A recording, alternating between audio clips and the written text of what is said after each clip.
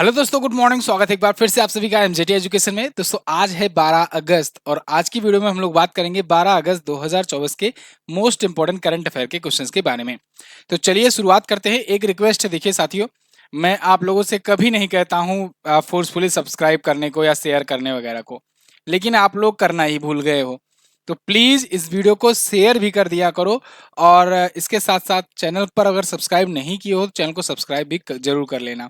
Video आप देखते हो, देखकर आगे निकल जाते हो, सब्सक्राइब नहीं करते हो, फिर बाद में लोग जो हैं, जो नए लोग जुड़ करके आते हैं, उनको लगता है बस ऐसे कोई हल्का फुल्का चैनल होगा, है ना। तो आप लोग संख्या बढ़ाओ, शेयर करो वीडियो का, सब्सक्राइब भी करो चैनल को। चलिए शुरुआत करते हैं वन लाइनर से। जैसे कि आप जानते हो, पिछले दिन का हम लोग रिवीजन करते हैं, फिर आज की करंट अफेयर बात करते हैं डिटेल में। तो कल हम लोगों ने, या कि मतलब सैटरडे को हम लोगों ने पढ़ा था, अंतर्राष्ट्रीय आदिवासी दिवस मनाया गया 9 अगस्त को। किस राज्य सरकार ने स्कूलों में गुड मॉर्निंग की जगह जय हिंद कह करके अभिवादन करना अनिवार्य किया? हरियाणा ने। रून इंडिया की रिपोर्ट के अनुसार भारत की सबसे प्रभावशाली महिला रोशनी नादर मल्होत्रा बन गई हैं। एचसीएल की चेयरपर्सन है ये। इसके अलावा हाल ही में अभी छत्तीसगढ़ ने दोस्तों भारत के तीसरे सबसे बड़े बाघ अभ्यारण्य को मंजूरी दी है। और भारतीय रेलवे के द्वारा शुरू की गई टक्कर विरोधी प्रणाली जो है कवच 4.0 अपग्रेड किया जाएगा अगले 4 सालों में 5,000 इंजन प्रति साल करके 20,000 इंजनों में। और आईआईटी इंदौर ने दोस्तों वास्तविक समय में रियल टाइम में लोकेशन ट्रैकिंग करने वाला जूता बनाया है, ई जूता। ओलंपिक समापन समारोह में मनु भाकर के साथ पीआर श्रीजेश दोस्तों ध्वजवाहक रहे। ओलंपिक समापन हो चुका है, आज उस पर वीडियो आ जाएगी और उस वीडियो में हम लोग डिटेल में डिस्कशन करेंगे विद एमसीक्यू। ठीक है, एमसीक्यू के साथ रहेगा क्योंकि आप लोग की डिमांड रहती है कि एमसीक्यू वाला भी लाओ। तो डिटेल में भी बात करेंगे और अंत में हम लोग एमसीक्यू भी सॉल्व करेंगे। आज दिन में वो वीडियो आ जाएगी। तो ओलंपिक समाप्त हो गया। इस बार बहुत निराशाजनक वाला ओलंपिक रहा, कोई गोल्ड नहीं आया और संख्या मेडल की भी केवल 6 रही, पिछली बार से भी कम। पिछली बार 7 थी। उत्तर प्रदेश और बिहार में 920 करोड़ रुपए खर्च करके नमामि गंगे मिशन 2.0 परियोजना शुरू की जा रही है। कावा महिला वॉलीबॉल नेशनल लीग का खिताब भारत ने जीत लिया है। भारतीय महिला टीम ने। पद्म भूषण से सम्मानित गांधीवादी समाज सेविका शोभना रनाडे जी का अभी निधन हो गया है। ये टॉप 10 करंट अफेयर के क्वेश्चन थे वन लाइनर फॉर्मेट में, जिनका आपने किया है रिवीजन। इसकी क्विज और पीडीएफ एमजेटी ऐप पर अवेलेबल कराई जाती है, बिल्कुल फ्री में, आप उसका फायदा उठाया करो। चलिए देखते हैं पहला क्वेश्चन। हाल ही में 10 अगस्त को कौन सा दिवस मनाया गया? तो दोस्तों 10 अगस्त को 2 महत्वपूर्ण दिवस मनाए गए, एक विश्व जैव ईंधन दिवस और एक विश्व शेर दिवस। तो उपरोक्त तो दोनों ऑप्शन आपका हो जाएगा करेक्ट। ध्यान रहे, 29 जुलाई को बाघ दिवस मनाते हैं, टाइगर्स डे। 10 अगस्त को मनाते हैं शेर दिवस। इसके बाद 12 अगस्त को मनाएंगे 12 अगस्त को मनाएंगे हाथी दिवस। ठीक है, यानी आज आज है हाथी दिवस, शेर के बाद हाथी। ठीक है, तो चलिए एक एक करके दोनों के बारे में जानते हैं। सबसे पहले जैव ईंधन के बारे में, बायोफ्यूल के बारे में। दोस्तों बायोमास से जो भी ईंधन बनते हैं उन्हें बायोफ्यूल कहते हैं। बायोफ्यूल जो ईंधन है, इनकी क्या उपयोगिता है हमारे देश में, दुनिया में, इसके प्रति अवेयरनेस फैलाने के लिए ये दिवस मनाया जाता है। 10 अगस्त का दिन क्यों लिया गया? क्योंकि 10 अगस्त 1893 को दोस्तों जर्मन इंजीनियर थे सर रुडोल्फ डीजल, इन्होंने डीजल इंजन चलाया था, डीजल इंजन बनाया था। डीजल इंजन रुडोल्फ डीजल ने बनाया था, इसको ध्यान रखना।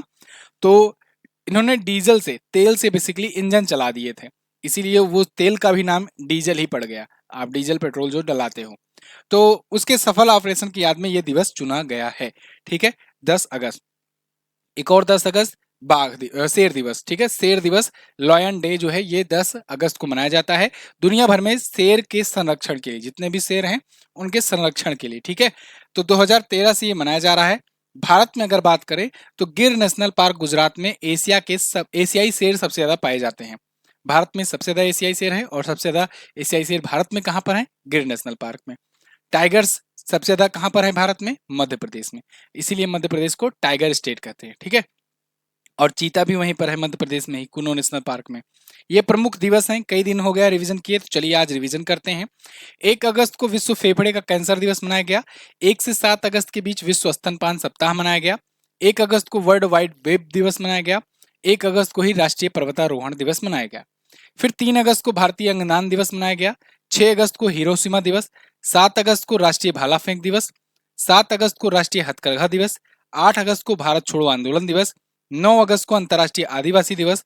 9 अगस्त को ही नागासाकी दिवस और 10 अगस्त को विश्व जैव ईंधन दिवस और विश्व शेर दिवस मनाया गया। ये अभी तक आए हुए महत्वपूर्ण दिवस हैं अगस्त महीने के। जैसे जैसे दिन बढ़ता जाएगा इसमें चीजें ऐड होती जाएंगी। अगला क्वेश्चन, 9 अगस्त से 15 अगस्त 2024 तक हर घर तिरंगा अभियान का कौन सा संस्करण आयोजित किया जाएगा? तो दोस्तों 9 से 15 अगस्त तक हर घर तिरंगा अभियान का तीसरा संस्करण इस बार आयोजित किया जाएगा। मेरी भी अपनी तरफ से आपसे रिक्वेस्ट है कि आप लोग 15 अगस्त को सेलिब्रेट करते हुए एक तिरंगा जरूर अपनी छत पर लगाएं। तो ये 2 साल से चला आ रहा है, इस बार तीसरा संस्करण है। 2022 में जब हम लोग आजादी का अमृत महोत्सव मना रहे थे, 75वीं वर्षगांठ मना रहे थे, तो उस टाइम पर पीएम मोदी के द्वारा शुरू किया गया था कि हर घर तिरंगा अभियान हो, और इसके तहत हर घर तिरंगा परेड भी निकलती है और हर व्यक्तियों से, नागरिकों से ये उम्मीद की मतलब ये रिक्वेस्ट किया जाता है कि आप अपने अपनी छतों पर तिरंगा लहराएं और उसकी सेल्फी खींच करके अपलोड करें सोशल मीडिया पर। ठीक है, तो ये चीजें अच्छी लेवल पर शुरुआत भी हुई, धीरे धीरे बढ़ा भी इसमें। जैसे पहले साल इसमें 23 करोड़ से ज्यादा लोगों ने भाग लिया और 6 करोड़ लोगों ने सेल्फी भी अपलोड की।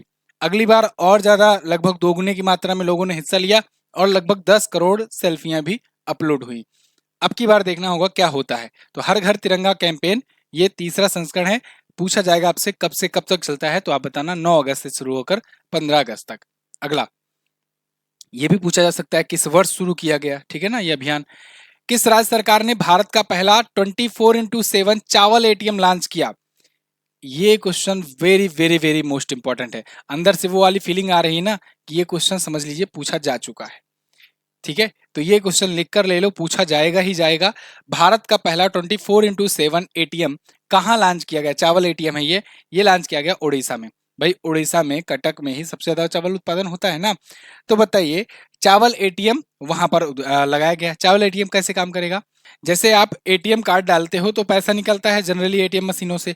यहाँ पर क्या होगा, ये चावल एटीएम है, यानी इसमें पैसे डालने पर चावल निकलेंगे। ठीक है ना, तो ये पहली बार शुरू किया गया है। यहाँ पर देखिए 24x7 ग्रेन एटीएम, चावल और अनाज एटीएम शुरू किया गया है। कुछ इस प्रकार से लोग चावल भरेंगे, निकालेंगे। ठीक है, तो अभी भुवनेश्वर में शुरू किया गया है, उड़ीसा में, उड़ीसा की राजधानी है। और आगे धीरे धीरे उड़ीसा के सभी जगहों पर, सभी जिलों में लॉन्च किया जाएगा।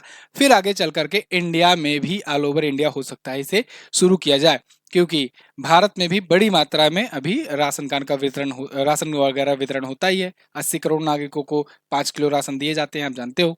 तो अन्नपूर्ति अनाज एटीएम इसका नाम है, अन्नपूर्ति अनाज एटीएम। इसमें एक्यूरेसी भी काफ़ी अच्छी है, हद तक 0.01% की त्रुटियां हैं, एरर है, और ये बहुत अच्छा रेट माना जाता है। 5 मिनट में 50 किलोग्राम तक का निकाल देता है ग्रेन। यहाँ पर उड़ीसा आया है तो उड़ीसा को जान लो। देखो अभी उड़ीसा में जब भारत में जब चुनाव हो रहे थे लोकसभा के, उसी टाइम पर उड़ीसा में विधानसभा के भी चुनाव हुए। तो उड़ीसा में सीएम जो बन गए, ये बन गए मोहन चरण मांझी। नए सीएम और नए जो गवर्नर बने हैं उनका लिस्ट बना करके याद कर लो। मैं इस पर देखो, चलो वीडियो दे दूंगा एक। रघुबर दास यहाँ के गवर्नर बन गए। ठीक है, तो अभी 10 राज्यों के राज्यपाल चेंज हुए थे, जिनमें एक यूनियन टेरिटरी भी था। और ये मोहन चरण मांझी यहाँ पर विधानसभा चुनाव जीते, और नवीन पटनायक जी, जो कि इतने लंबे समय तक वहां पर सीएम रहे थे, 5 बार से सीएम रहे थे, वो इस बार सत्ता अपनी गंवा बैठे। तो मोहन चरण मांझी यहाँ के सीएम हैं। और ये बॉर्डर किससे किससे शेयर करता है उड़ीसा? तो आप बताओगे वेस्ट बंगाल से, झारखंड से, छत्तीसगढ़ से, इसके बाद तेलंगाना से, और इधर आंध्र प्रदेश से। यहाँ पर है चिल्का झील। चिल्का झील से 2 क्वेश्चन बहुत बनते हैं। एक तो ये है दोस्त, खारे पानी की सबसे बड़ी झील, खारे पानी की सबसे बड़ी झील है, और कौन सी, अगर पूछा जाएगा किस टाइप की झील है, तो आप बताना ये लैगून टाइप की झील है। कैसी? लैगून टाइप की झील है, ये भी पूछा जाता है। दूसरा ये बनता है कि चलो बताओ, भारत का फर्स्ट रामसर साइट कौन था? First Ramsar site of India, तो यही बताएंगे। चिल्का लेक को पहली रामसर साइट घोषित किया गया था। ठीक है ना, first Ramsar site of India. इसके अलावा अंशुपा लेक है, कंजिया झील है, सिमलीपाल राष्ट्रीय उद्यान, नंदनकानन जूलॉजिकल पार्क, चंदका हाथी विहार, भीतरकनिका नेशनल पार्क, ये सब भी पूछे जाते हैं। भीतरकनिका नेशनल पार्क दोस्तों ये मैग्रेव क्षेत्र है, मैग्रेव क्षेत्र है, यहाँ पर मैग्रेव वन पाए जाते हैं। आपसे पूछा जाएगा कि बताइए भारत का सबसे बड़ा मैग्रेव क्षेत्र कहाँ है, तो आप बताओगे क्या? भीतरकनिका? नहीं, ये दूसरे नंबर का है। पहले नंबर का भी जो मैग्रेव रीजन है वो यहाँ पर है सुंदरवन नेशनल पार्क। सबसे बड़ा मैंग्रेव क्षेत्र कौन सा है? सुंदरवन नेशनल पार्क भारत में। दूसरा कौन सा है, ये है भीतरकनिका नेशनल पार्क। याद रहेगा, बन गया स्टैटिक। स्टैटिक भी साथ साथ लेकर चलूंगा, आपको मजा आ जाएगा। आगे, हाल ही में खोजी गई हिंद महासागर की 3 संरचनाओं में नाम क्या प्रस्तावित किए गए। तो भारत ने दोस्तों अभी हिंद महासागर में पानी के नीचे 3 ऐसी संरचनाओं की खोज की है और उनको नाम दिया है अशोक, अशोक, चंद्रगुप्त और कल्पतरु। ये तीसरा वाला ऑप्शन आपका करेक्ट होगा, ठीक है। अशोक, चंद्रगुप्त और कल्पतरु के नाम पर वो नाम दिए गए हैं। 3 जो चीजें पाई गई हैं वहां पर, ठीक है। अब देखो, ये समय के साथ साथ कभी कभी चीजें डूब जाती हैं, जलस्तर बढ़ जाता है, ये भाई हजारों सालों पहले की बात हो रही है वो, ठीक है। तो चंद्रगुप्त और कल्पतरु नाम और अशोक नाम दिया गया है 3 इंडियन ओशियन स्ट्रक्चर नेम्ड। ये रहे तीनों के नाम, अशोक सी माउंट और चंद्रगुप्त रिज और कल्पतरु रिज। इसको अंतरराष्ट्रीय हाइड्रोग्राफिक संगठन के द्वारा मान्यता भी मिल चुकी है। साथ ही साथ यूनेस्को का जो इंटर गवर्नमेंटल समुद्री विज्ञान आयोग है, इसने भी मंजूरी दे दी है ये 3 संरचनाओं की। आगे देखते हैं। अच्छा, अशोक से याद आया, अशोक से याद आया, आपको राष्ट्रपति भवन के 2 हाल का नाम याद होगा ना। 2 हाल का नाम बदला गया है। एक तो था दरबार हाल, हाल का बदल कर के नाम गणतंत्र मंडप कर दिया गया, और एक अशोक हाल था, उसका नाम बदलकर अशोक मंडप कर दिया गया। अशोक मंडप याद रहेगा। चलो, इसके अलावा राष्ट्रपति भवन के मुगल गार्डन का नाम पिछले ही साल बदल करके अमृत उद्यान कर दिया गया था, ठीक है। ये चीजें भूलो मत, रिवीजन करते रहो, रिपीट करते रहो, भूलेगी नहीं चीजें, और ये पूछा ही जाएगा। मतलब ये सब तो ऐसे क्वेश्चन है जो टॉप रैंक वाले क्वेश्चन है। अगला, अमन सहरावत ने पेरिस ओलंपिक 2024 में कौन सा पदक जीता। तो अमन सहरावत ने दोस्तों एक ब्रॉन्ज जीत लिया है, सबसे अंतिम मेडल इस बार का इनका रहा और इन्होंने ब्रॉन्ज जीता है। भारत का ओलंपिक का सफर समाप्त हुआ, ओलंपिक का भी समापन हो गया। भारत ने टोटल 6 मेडल जीते हैं। ये 6 में दोस्तों एक तो सिल्वर है जो नीरज चोपड़ा ने जीता है, और 5 ब्रॉन्ज मेडल हैं। 5 ब्रॉन्ज मेडल हैं। जैसा कि मैंने आपको कहा, आज दिन में आपको एक ओलंपिक पर वीडियो आएगी, उसमें सब कुछ डिटेल में बताया जाएगा, ठीक है ना। चलिए, जिसमें अब 5 ब्रॉन्ज को फिर से रिकॉल करवा दूं आपको, तो मनु भाकर ने 2 ब्रॉन्ज जीते हुए हैं, ठीक है। एक मनु भाकर ने इंडिविजुअल में, एक सरबजोत सिंह के साथ। एक जीता है स्वप्निल ने, और 3 हो गया। और चौथा जीता है भारतीय पुरुष हॉकी टीम ने। इसके बाद 5वां जो जीता है वो जीता है दोस्तों अमन सहरावत ने, ठीक है। और छठा जो है ये अपना सिल्वर ही है। अगला, तो यहाँ 57 किलोग्राम की फ्री स्टाइल में जीता है। मैंने आपको उस दिन ही आगाह किया था, चेतावनी दी थी कि भैया इसको इग्नोर मत करना, ये किलोग्राम की कैटेगरी जो है इग्नोर मत करना। यहाँ से भी क्वेश्चन बनते हैं कि अमन सहरावत किस किलोग्राम भार वर्ग में हिस्सा लेते हैं जिन्होंने हाल ही में ओलंपिक पदक जीता। ऐसे ही तो क्वेश्चन बनेगा, ठीक है। चलो, मुझे सेट करना होगा, मैं समझ लो ऐसे ही सेट करूंगा कि किस किलोग्राम भार वर्ग में फ्री स्टाइल में इन्होंने जीता है कांस्य पदक। प्यूटोरिको के डेरियन ट्राई क्रूज को इन्होंने 13-5 के स्कोर से हराया है। 2022 में एशियन गेम्स में ये कांस्य जीत चुके हैं, और एशियाई कुश्ती चैंपियन ये रह चुके हैं, गोल्ड मेडल जीते हैं 2023 में, ठीक है। और व्यक्तिगत ओलंपिक जीतने वाले सबसे कम उम्र के भी ये भारतीय बन गए हैं। अगला, हाल ही में भारत सरकार ने बांग्लादेश सीमा पर स्थिति की निगरानी के लिए कितने सदस्यीय समिति का गठन किया गया। बांग्लादेश में बहुत बुरी स्थिति है, आप देख रहे हो बांग्लादेश में हिंदुओं को पर कितने अत्याचार हो रहे हैं। वहां पर वहां के नागरिकों के घर जलाए जा रहे हैं, मंदिर जलाए जा रहे हैं, अत्याचार किए जा रहे हैं, मारा जा रहा है। तो इस सब को लेकर के बांग्लादेश की बॉर्डर पर भी बहुत ज्यादा हलचल मच गई है, बहुत सारी घुसपैठ भी हो रही है इसी के चक्कर में। तो इन सब पर स्थिति पर निगरानी रखने के लिए भारत सरकार ने 5 सदस्यीय समिति की गठन की है, ठीक है। 5 सदस्यीय समिति जो है ये गठित किया गया है। यहाँ पर देखिए, union home ministry creates committee on monitor the safety of Indian in Bangladesh. तो ये 5 सदस्यीय समिति है, जिसकी अध्यक्षता कौन कर रहा है। बीएसएफ के पूर्वी कमान के जो एडिशनल महानिदेशक है, डायरेक्टर है रवि गांधी, रवि गांधी ये इस समिति की अध्यक्षता कर रहे हैं। 4 और लोग इसमें हैं। तो ये देखेंगे कि बांग्लादेश में भारतीय नागरिक और जो माइनॉरिटीज हैं, समुदाय की सुरक्षा सुनिश्चित कैसे की जाए, बांग्लादेश में समकक्षों के साथ कैसे ओपन चैनल बनाए जाएं कम्युनिकेशन वाले, जिससे बातचीत करके वहां पर स्थिति संभाली जाए, ठीक है। आप जानते हो कुछ दिन पहले अभी सैन्य तख्तापलट हुआ था, फिर वहां से शेख हसीना भाग करके भारत आई और इस्तीफा दे करके उनको जान से मारने की धमकी भी मिली थी, 45 मिनट में देश छोड़ने को कहा गया था। तो वहां पर वो प्रधानमंत्री पद से इस्तीफा दी और यहाँ पर आ गई। मैंने एक एपिसोड इस पर बनाया था, आप इसको जरूर देखिएगा। और सैन्य तख्तापलट हुआ। फिलहाल अभी के लिए वहां अंतरिम सरकार बनाई गई है, जिसमें मोहम्मद यूनुस को जिम्मेदारी सौंपी गई है। अगला, हाल ही में किसे सिंगापुर के सबसे बड़े बैंक डीबीएस बैंक की पहली महिला सीईओ नियुक्त किया गया। तो डीबीएस बैंक जो कि साउथ ईस्ट एशिया में दोस्तों सबसे बड़ा बैंक है, सिंगापुर का भी सबसे बड़ा बैंक है और दक्षिण एशिया एशिया में सबसे बड़े बैंकों में शुमार है। ठीक है, तो वो जो है अभी अपनी पहली महिला सीईओ नियुक्त किया है। किसे नियुक्त किया है? तो ये नियुक्त किया है दोस्तों किसे? लिम सुहुंग को, चान सुचुंग को, मोहगू फोंग को या तानसू सांग को? तानसू सान को, तानसू सान को इन्होंने नियुक्त किया। ये है तानसू सान। ठीक है ना, लोग नाम कैसे रखते होंगे। तानसू सान जो है ये इसकी पहली महिला सीईओ होंगी और आएंगी किसकी जगह पर? पीयूष गुप्ता जी की जगह लेंगी।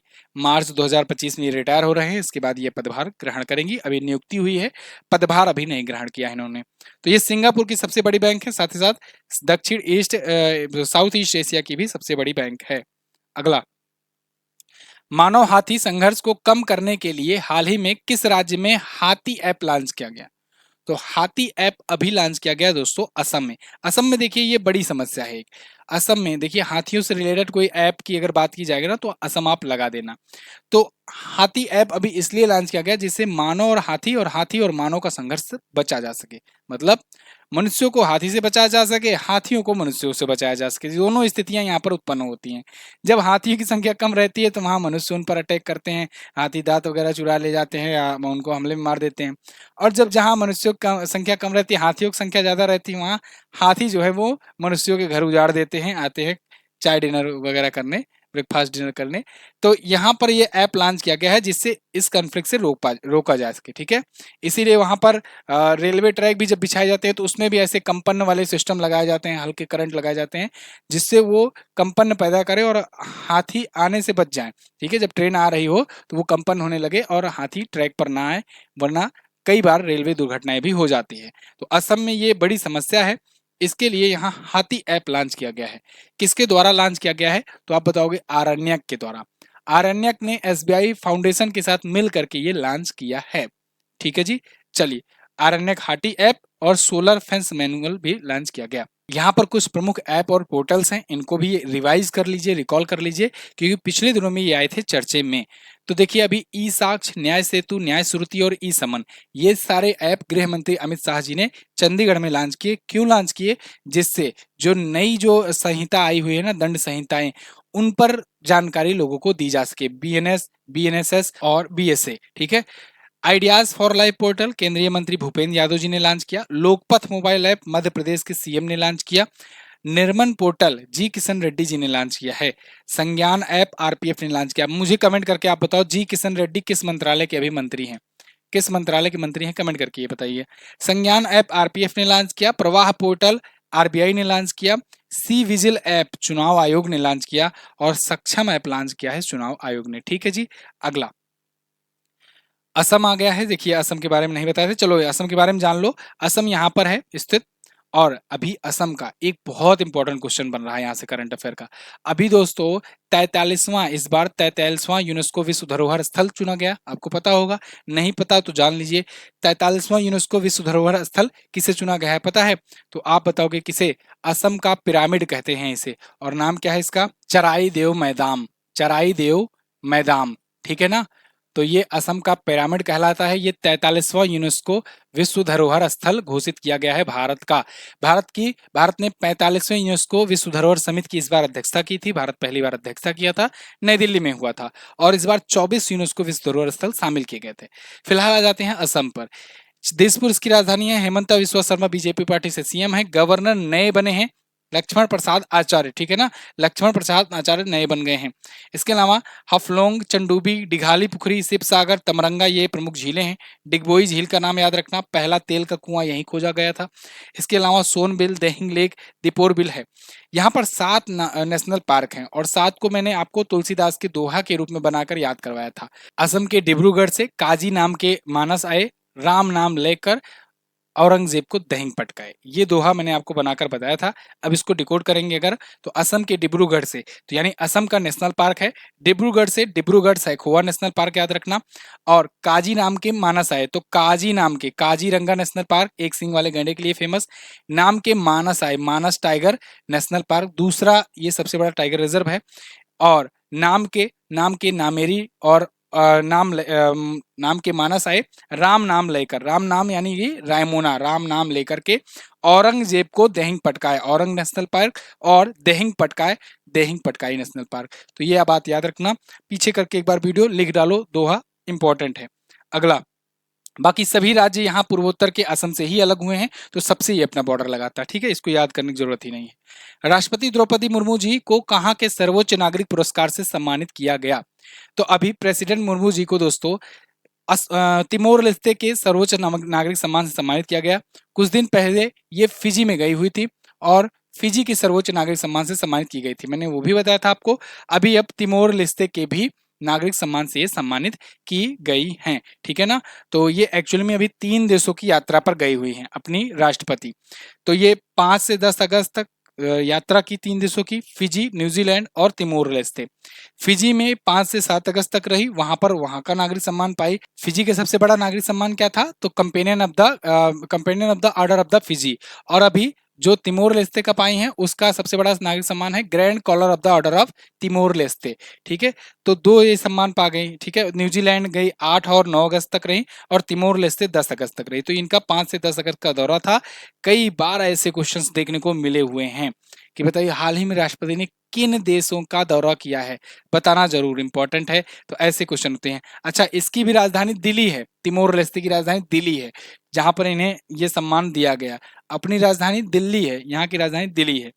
अगला, किस क्षेत्र में नोबेल पुरस्कार के प्राप्तकर्ता वैज्ञानिक तुसुंग दाओ ली, इनका निधन हो गया है?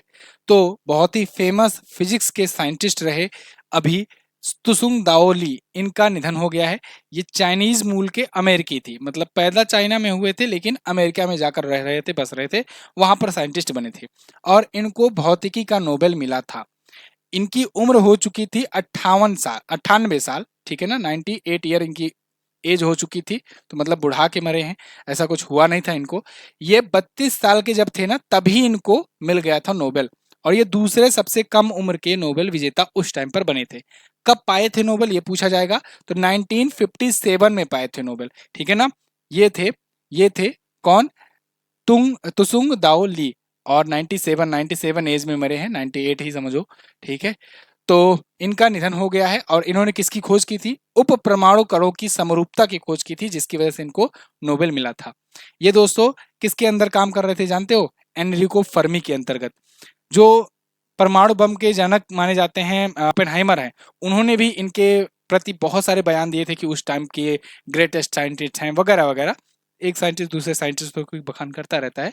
एनरिको फर्मी के अंतर्गत ये भी काम किए थे, उनके साथ भी काम किए थे। इसके अलावा बहुत सारे अवार्ड भी इनको मिले, जैसे अल्बर्ट आइंस्टीन पुरस्कार, गैलीलियो गैलीली मेडल, जी ब्यूड मेडल, ये सब ये विजेता थे, और नोबेल तो पाए ही थे 1957 में। अभी इनका निधन हुआ है। ये थे टॉप 10 करंट अफेयर क्वेश्चन। अभी रुको, अभी रिवीजन करेंगे पिछले दिनों में जो भी ऑर्बिचुरी से रिलेटेड, जो निधन से रिलेटेड क्वेश्चन है उनका। बहुत इंपॉर्टेंट ये पेज है, मैंने व्हाट्सएप चैनल पर भेज भी दिया है, आपको ज्वाइन करना। तो देखिए, शोभना रनारे जी का भी अभी निधन हुआ था, इनको पद्म भूषण मिला था 2011 में। ये भी बहुत पूछा जाता है, ठीक है ना, ये लाइन यहाँ पर नोबेल पुरस्कार 1957, ध्यान से लिख लेना। यामिनी कृष्णमूर्ति जी को भरतनाट्यम और कुचिपुड़ी की नृत्यांगना थी, इनका निधन हो गया है, और इनको तीनों पदक मिल चुके हैं, पद्मश्री, पद्म भूषण और पद्म विभूषण, तीनों मिल चुके थे। 2016 में मिला था पद्म विभूषण। अंशुमान गायकवाड़ पूर्व क्रिकेटर व कोच थे, इनका निधन हुआ। कमला पुजारी का निधन हुआ, जैविक खेती के लिए मशहूर थी ये, पद्मश्री पाई थी और सर्वश्रेष्ठ किसान पुरस्कार पाई थी। राजीव तारानाथ सरोद वादक थे, इनका निधन हो गया, और पद्मश्री संगीत नाटक अकादमी ये मिल चुका था इनको, ये भी इंपॉर्टेंट है। नारायण वाहुल आधुनिक भारतीय बैंकिंग के जनक माने जाते थे, 2009 में पद्म भूषण पाए थे, ये भी इंपॉर्टेंट है। मालती जोशी का निधन हुआ, लेखिका थी। सुशील कुमार मोदी का निधन हुआ, ये बिहार के डिप्टी सीएम रह चुके थे। सुरजीत पातर का निधन हुआ, ये प्रसिद्ध पंजाबी कवि थे। और सुब्रमण्यम थानेश्वर यक्षगान के कलाकार थे, इनका भी निधन हुआ, ठीक है। ये टॉप 10 करंट अफेयर के क्वेश्चन थे आज के दिन से। पसंद आई कि नहीं बताइएगा जरूर कमेंट करके। और हाँ, रिक्वेस्ट वही पुरानी कि शेयर कर दो वीडियो को, और चैनल को सब्सक्राइब जरूर कर लो। यहाँ तक वीडियो देखते हुए आए हो तो डेफिनेटली वीडियो पसंद आई है, तभी रुके हो। इतना 20 मिनट सुबह सुबह काहे खराब करोगे? तो आप जो है सब्सक्राइब जरूर कर दो, अगर यहाँ तक आए हो तो लाइक भी कर देना, है ना। अर्जुन बैच जिन लोगों ने नहीं ज्वाइन किया है ज्वाइन कर लो, ज्वाइन करिए। अर्जुन बैच में क्लासेस चल रही हैं, पर डे 3 क्लासेस चल रही हैं, ठीक है। तो इसमें डेली आपको क्लासेस मिलेंगी और सारी क्लासेस मिलेंगी आपको धीरे धीरे करके। तो टेंशन बिल्कुल मत लो, अर्जुन बैच पर भरोसा करके जुड़ जाओ और अच्छे से अभी लग जाओ। आने वाले 3 से 4 महीने में जब सिलेबस आपका खत्म होगा ना, मॉक टेस्ट देने बैठोगे, आपका स्कोर तुरंत आसमान छुएगा, ठीक है। मतलब ऐसा नहीं है कि तुरंत टॉप मार जाओगे, प्रैक्टिस करनी पड़ेगी साथ में, ठीक है। चलिए, तो एमजेटी ऐप जो है वहीं पर आपको सब मिलेगा, हमारी ई बुक्स, वीडियो कोर्सेज वगैरह सब आपको वहीं पर मिलेगा। मैं आपको कल की वीडियो में मिलूंगा, तब तक के लिए नमस्कार, जय हिंद, वंदे मातरम।